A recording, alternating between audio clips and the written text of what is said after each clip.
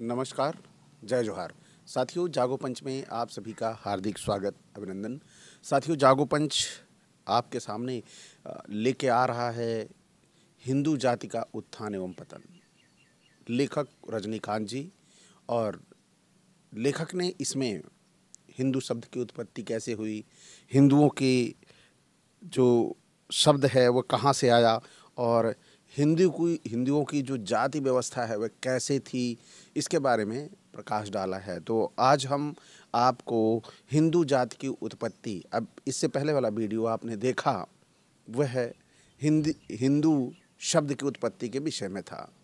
तो जो शब्द है उसकी उत्पत्ति आप सभी ने देख लिया होगा बखूबी, और जिन साथियों ने नहीं देखा है वह मैं डिस्क्रिप्शन में लिंक डाल दूंगा, वह जाकर वहाँ से देख सकें।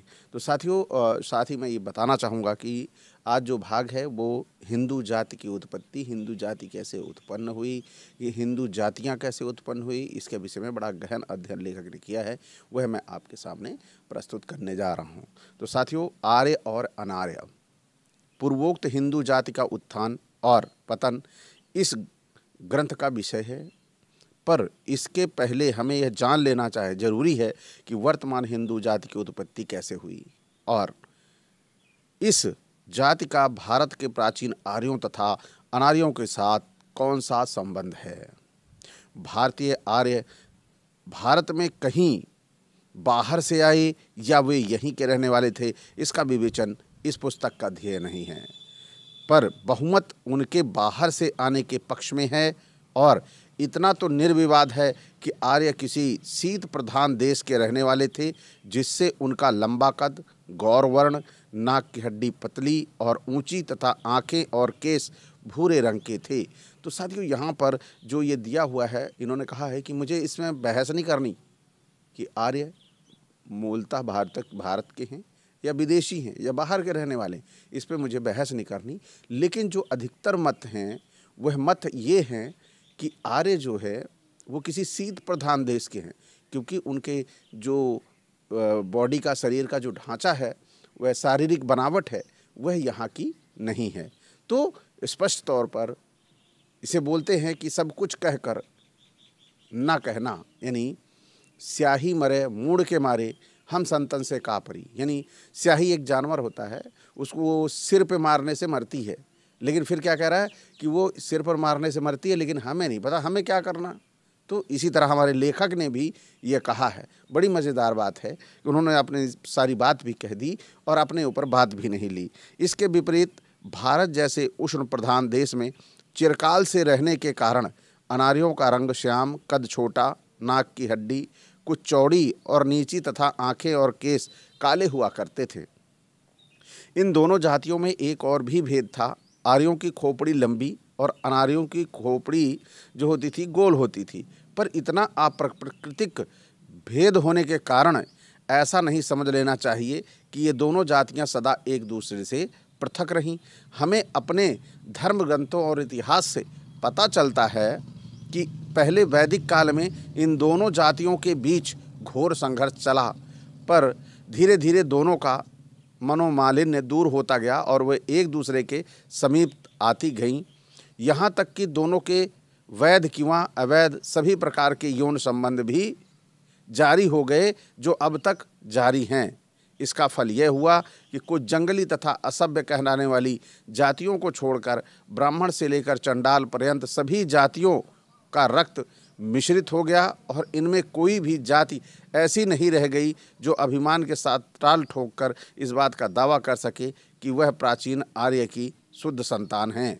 यानी कोई यह दावा नहीं कर सकता था कि वह आर्यों की ही संतान है, क्योंकि भारत वालों ने भी, जो यहाँ के अनार्य थे, उन्होंने भी बड़ा मिश्रण किया, बड़ा काम किया, जो कि रक्त मिश्रण कर दिया, शादी ब्याह कर ली और अपना संबंध, प्रेम संबंध की वजह से। तो उस समय का समय है कि कुछ ऐसा रहा होगा, क्योंकि मनु के बाद से बड़ी ये पारिवारिक ढांचा जो था वह सुदृढ़ ज़्यादा हुआ, लेकिन मनु के पहले तो जब आए थे ये तो सुदृढ़ नहीं था उनका ढांचा। मनु को तभी तकलीफ़ हुई थी, तभी मनु ने परिवार की संरचना की थी। तो यहाँ पर ये जो हम भाग पढ़ रहे हैं, यह रक्त मिश्रण का भाग है। तो आगे क्या है जिन्हें अपनी जाति की शुद्धता तथा उच्चता का अभिमान हो, वो कृपा कर वज्र सूच्योपनिषद के निम्नलिखित जातिमान मर्दन उद्धरण की ओर अपनी आंखें फेरें। जिज्ञासु का ब्राह्मण शिष्य अपने गुरु शिष्य ऋषि से पूछता है कि जात्या ब्राह्मणः, यानी कि क्या जाति से ब्राह्मण होता है। इस पर ऋषिवर ने पूरे पूज्य विशिष्ट आदि ऋषि पुंग्यों की जाति की पोल खोलते हुए जो उत्तर दिया है वह देखने और मनन करने योग्य है। उन्होंने कहा क्या जाति होती है, पूछा अपने गुरु से।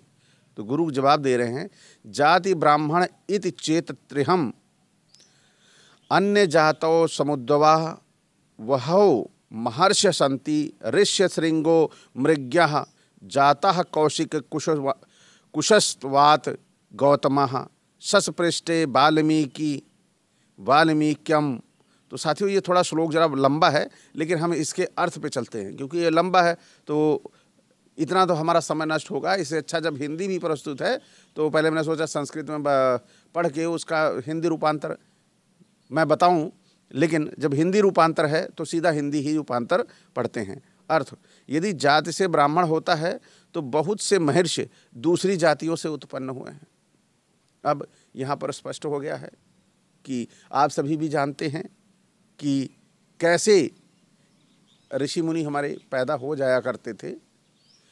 कोई तोता, कोई उर्वशी या कोई ऐसी जो रंभा ऐसी जा रही होती हैं तो नीचे तपस्या कर रहे होते हैं और उनको तपस्या देख के उनका मन डोल गया और उन्होंने बाहर ही वहाँ उर्वशी के साथ संबंध नहीं बनाया, लेकिन संबंध यहाँ उन्होंने अपना वीर्य नष्ट कर दिया बाहर ही, तो वहाँ बाहर भी बच्चा बन गया। तो इस तरह यहाँ पर और भी देखते हैं कि जैसे एक कन्या थी, उसके शरीर से दुर्गंध आती थी तो उसके साथ संबंध बनाने का ऋषि का किया, तो उन्होंने उनके साथ संबंध बनाया, उसके शरीर की दुर्गंध दूर की, तो वो भी कन्या ऐसी ही जाति से थी। तो इस तरह इनके स्पष्ट होते हैं। और इसी तरह ऋषियों के भी हैं सारे कि वो कैसे पैदा हुए। तो यहाँ पर देखिए लिखा गया है, बड़ा मज़ेदार बात है। कह रहे हैं खुद ही कि जाति से, यदि कोई जाति से ब्राह्मण होता तो बहुत से महर्षि दूसरी जातियों से उत्पन्न हुए। ऋषि सिंह जिन्होंने राजा दशरथ से पुत्रेष्टि कराया था, हरणी से पैदा हुए थे, हिरणी से पैदा हुए थे। कौशिक कुश के गुच्छे से पैदा हुए थे। गौतम शशक की पीठ से। वाल्मीकि दीमकों की मिट्टी के ढेर से। बेश जो कौन था, व्यास जो हैं वो कैसे पैदा हुए थे। व्यास पैदा हुए थे केवट मल्लाह की कन्या से, यानी जिसको मैंने कहा। पराशर चंडाली से। वशिष्ठ वेश्या से। विश्वामित्र क्षत्रिया से। अगस्त्य घड़े से। मांडव्य मांडूक से। मातंग मातंगी से। अनुचर हथिनी से। भारद्वाज शूद्री से तथा नारद दासी से उत्पन्न हुए थे, ऐसा पुराणों में सुना जाता है। तो इन महर्षियों का ब्राह्मणत्व जाति के बिना भी उत्तम ज्ञान विशेष के कारण अच्छी तरह स्वीकृत हो गया। अतः जाति से ब्राह्मण नहीं होता, कोई जाति से ब्राह्मण नहीं होता, ऐसा इनके ग्रंथों में लिखा है। यह लेकिन बोलने को तो बहुत कुछ बोलते हैं। आगे देखिए, वज्रसूची का उक्त अंश केवल विशिष्ट आदि ऋषियों की जाति सिद्ध करने के उद्देश्य से ही उद्धृत किया गया है, ना कि इस बात को का निर्णय करने के लिए वर्ण जन्मानुसार मानना चाहिए या कर्मानुसार। यह विषय ही दूसरा है। उक्त उद्धरण से हरिणी, हस्तिनी आदि शब्दों से तमाम धारणी, अनार्य तथा असभ्य जाति की स्त्रियां अभिप्रेत हैं, ना कि उक्त नाम धारी पशु विशेष, क्योंकि पशुओं से मनुष्य की उत्पत्ति नहीं हो सकती। आजकल भी ऐसी जाति की स्त्रियों से पशु पक्षी की तरह बिलैया, सुगिया, कबूतरी आदि नाम पाए जाते हैं। और शशक, पृष्ठ और कुशस्थ आदि शब्दों से अनुमान करना चाहिए कि इनसे उत्पन्न कहे जाने वाले ऋषियों के माता पिता ने इन्हें जन्म कर अपना कुकर्म छिपाने के लिए इन्हें किसी जंगल में, शशक के मान में या कुश की झाड़ी में फेंक दिया, तथा घड़े से तो आज भी बच्चे उत्पन्न होते हैं। हम प्रायः सुना करते हैं कि अमुक स्त्री ने अवैध बच्चा जन्माकर अपना पाप कर्म छिपाने के लिए उसे हांडी या घड़े में बंद कर अमुक रेलवे लाइन के पास अमुक तालाब या नदी के किनारे फेंक दिया और बाद में उस पर मुकदमा चला और वह सजा पा गई। उक्त ऋषियों की उत्पत्ति की विषय में भी यही समझ लेना चाहिए कि यह कभी ना मानना चाहिए कि किसी प्राणी की उत्पत्ति अप्राकृतिक नियमों के विरुद्ध हो सकती है। तो आप सभी को स्पष्ट हो गया कि ये जो घड़े में हुआ करते थे, ये जो ऋषि हिरणी के गर्भ से हुआ करते थे, तो ये होगा ऐसा कि जैसे किसी के बच्चा हुआ, जैसे लेखक ने बताया कि बच्चा हुआ, वहाँ पे हिरणी खड़ी होगी, तो वो सोचा होगा कि हिरणी के गर्भ से पैदा हुआ।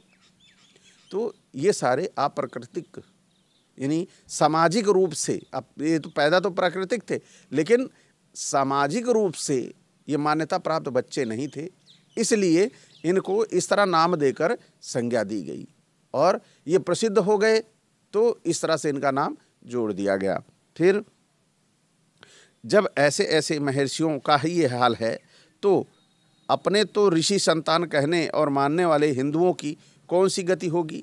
उक्त ऋषियों में वशिष्ठ, पराशर, विश्वामित्र, कौशिक, भारद्वाज, गौतम आदि के नाम विशेष महत्व रखते हैं, कारण कि ये ऋषिगण बड़े बड़े ब्राह्मण वंशों के प्रवर्तक थे और इनके नाम के गोत्र ब्राह्मण में अभी तक प्रचलित हैं, जो आज भी सम्मान की दृष्टि से देखे जाते हैं, तथा गर्ग आदि अन्य गोत्रीय ब्राह्मण भी इनके खान पान, विवाह आदि संबंध स्थापित करने में अपना परम गौरव समझते हैं। जितने ब्राह्मण गोत्र प्रवर्तक महर्षि हो गए हैं, उनमें महर्षि वशिष्ठ एक विशेष स्थान रखते हैं। ये सूर्यवंशीय क्षत्रिय नरेशों के परम पूज्य कुलगुरु थे, जिनके पुनीत चरण रज को शिरोधार्य कर स्वयं श्री रामचंद्र जी भी अपने को परम भाग्यवान पुण्यवान मानते थे। इन महर्षि वशिष्ठ का आज गोत्रोच्चार सुनिए। जैसा कि ऊपर कह आए हैं कि वशिष्ठ स्वयं वेश्या पुत्र थे। उन्होंने अक्षमाला नामक एक नीच जाति की स्त्री को अपनी अर्धांगिनी बना लिया था। मनुस्मृति बतलाती है, अक्षमाला वशिष्ठेन संयुक्त धम योनिजा सारंगी मंदपालेन जगा माम्य वर्णिहात ताम। मनुस्मृति 9 और 23 से लिया गया है। ये अर्थ जो है इसका अब मैं बता रहा हूँ। नीच जाति में उत्पन्न अक्षमाला ने वशिष्ठ के साथ तथा सारंगी ने मंदपाल के साथ संयुक्त हो जाने से पूज्यता प्राप्त कर ली। संभवतः वही अक्षमाला बाद में अरुंधति नाम से प्रख्यात हुई, क्योंकि महर्षि वशिष्ठ की 2 स्त्रियों का उल्लेख कहीं भी नहीं मिलता। इसी अक्षमाला के गर्भ से वशिष्ठ के पुत्र शक्ति हुए। ऋषि शक्ति ने किसी स्वपाकी यानी कुत्ते का मांस रांधकर भक्षण करने वाली चंडाली के गर्भ में महर्षि पराशर को पैदा किया। फिर इन्हीं पराशर जी ने धीवर यानी केवट कन्या सत्यवती के बेटों के विभाग करने वाले जगविख्यात महर्षि व्यास जी को उत्पन्न कर अपना जीवन सार्थक किया। महाभारत के निम्नलिखित श्लोकों पर ध्यान दीजिए और वज्र सूची के पूर्वोक्त उद्धरण से इनका अर्थ एक देखिए। तो यहाँ पर मैं श्लोक दिखा दे रहा हूँ और अर्थ बता दे रहा हूँ। महामुनि वशिष्ठ वेश्या के गर्भ से उत्पन्न हुए थे। वे तपस्या के कारण ब्राह्मणत्व को प्राप्त हुए। वहाँ पर संस्कार ही कारण था। व्यास कैवर्ती यानी केवट कन्या से और पराशर चंडाली से उत्पन्न हुए थे। इनकी तरह बहुत दूसरे भी जो पहले अब्राह्मण थे, वे शुभ कर्मों की वजह से ही ब्राह्मणत्व को पा गए। और व्यासदेव अबाल ब्रह्मचारी थे। इन्होंने किसी स्त्री का शास्त्रोक्त रीति से कभी पाणी ग्रहण नहीं किया, पर इन्होंने भी कुसुमा युद्ध कामदेव के फेर में पड़कर सुकी नाम की किसी अनार्य जाति की स्त्री से राजा परीक्षित को सप्ताह भागवत सुनाने वाले ब्रह्मज्ञानी जगद्वंद श्री सुखदेव जी को जन्म देकर अपने पुत्र का अभाव पूरा किया। और अधिक क्या लिखें, पाठकगण इतने से ही समझ लें। और इस जगत प्रसिद्ध वशिष्ठ वंश में किन किन रक्तों का सम्मिश्रण हुआ है, यह आपसे छिपा नहीं है। तो साथियों, आप सभी ने देखा सुना कि हमें जिस तरह से बताया गया कि हमारे ऋषि मुनि बड़े ही तपस्वी, बड़े ही ज्ञानी ध्यानी हुआ करते थे। ये सभी जब अवैध संतानें थीं और इन अवैध संतानों को ईश्वर ने मान्यता दी, इन्हें माना कि नहीं ये मेरे बड़े अच्छे सेवक हैं और इन्हें आशीर्वाद दिया, तो आप सभी समझ सकते हैं श्रेष्ठ जाति में जो पैदा हैं, जो श्रेष्ठ जाति से उत्पन्न हैं, वो श्रेष्ठ जातियां अगर इसी तरह से उत्पन्न हैं तो निश्चित तौर पर अगर इनसे ईश्वर खुश है तो जो सामाजिक रूप से सम्मान प्राप्त होकर पैदा हैं, जो सामाजिक रूप से वैध हैं, वह इन जातियों से कई गुना श्रेष्ठ हैं। यह आप सभी समझ सकते हैं। इसे आप लोगों को भी बताने का काम करिए कि हमारी उत्पत्ति और इन ऋषि संतानों की उत्पत्ति में क्या फर्क है। यह आप सभी को गर्व महसूस होगा कि आप सभी एक वैध तरीके से जन्म लिए हैं और ये जितने भी हैं, जितने भी ऋषि कुल हैं, ये सारे अवैध तरीके से जन्म लिए हैं। ये मैं नहीं कहता, मुझे क्या ज़रूरत है इन सबको कहने की। ये खुद चिल्ला चिल्ला कर कहते हैं क्योंकि इनका पाप खुद ही चिल्लाता है, ये छिपा नहीं पाते अपने पाप को। तो साथियों, आज का ये वीडियो आपको कैसा लगा? अगर अच्छा लगा हो तो लाइक करें। साथ ही जो नए साथी देख रहे हैं वो चैनल को सब्सक्राइब करना ना भूलें और बेल आइकन की घंटी दबा लें, जिससे हमारे वीडियो का नोटिफिकेशन आप तक त्वरित गति से पहुंच जाए। इसी के साथ आपसे मैं विदा चाहूँगा। जय भीम, जय मंडल जी।